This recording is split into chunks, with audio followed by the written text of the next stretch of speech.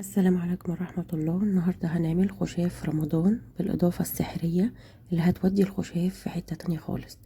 ايه هي الإضافة السحرية؟ تعالوا بقى أقول لكم ايه هي. معايا هنا لفة قمر الدين، معايا زبيب، معايا تين مجفف، معايا قراصية، معايا مشمشية، معايا جوز الهند اللي هو القشور، ومعايا طبعا الأساسي البلح، معايا نص لفة قمر الدين، وطبعا الإضافة السحرية وهي الفانيليا بتودي الخشاف في حتة تانية خالص. دلوقتي قمر الدين لازم أدوبه في كوبايتين مية على البوتاجاز لغاية لما يفك مني خالص ويبقى زي العصير. دلوقتي أنا فكيته وأسيبه لما يبرد. دلوقتي كل حاجة هحطها على بعض، سواء البلح، القراصية، التين، كل الفاكهة المجففة احطها على بعض. وبعد ما احطها هبتدي احط عصير قمر الدين.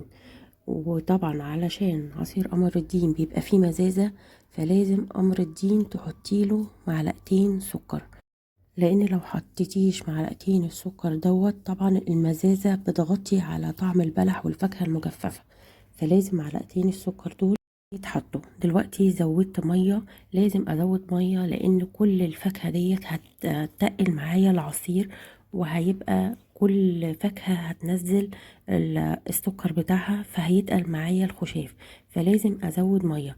طبعا هحط السر هنا الفانيليا. الفانيليا هتودي الخشاف في حته تانية خالص وبتطعمه وبتخليه طعمه حلو جدا.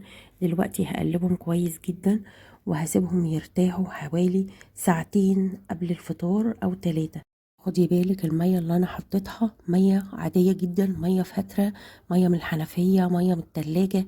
حذاري حذاري تحطي مية سخنة علشان الخشاف هيطرى معايا وطبعا هيعجن وهيبقى طعمه وحش. لا، انا عايزة كل حاجة، كل البلح والفاكهة المجففة تبقى ماسكة نفسها وبتقرش معايا كده شوية، ما بتبقاش يعني مهرية. خدي بالك المية السخنة هتبوظ لك البلح، او لو قمر الدين سخن برضو هيبوظ البلح. لا، كل حاجة عندي فترة، فتحطيها كلها على بعضها وتسيبيه ساعتين وهيخمر معايا، يعني هيمتزج كلهم مع بعض وهيبقى معاكي احلى خشاف لرمضان على احلى سفرة من بتاعتك.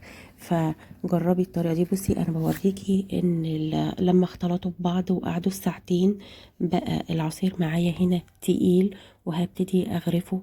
ويا ريت تجربي الطريقه دي هتعجبك. وجربي تركه الفانيليا، والله والله بتودي الخشاف في حته تانية خالص. جربيها وقوليلي، وما تنسيش تعملي لايك للفيديو وتفعلوا الجرس وتستنوني في فيديوهات جديده. والسلام عليكم ورحمه الله وبركاته.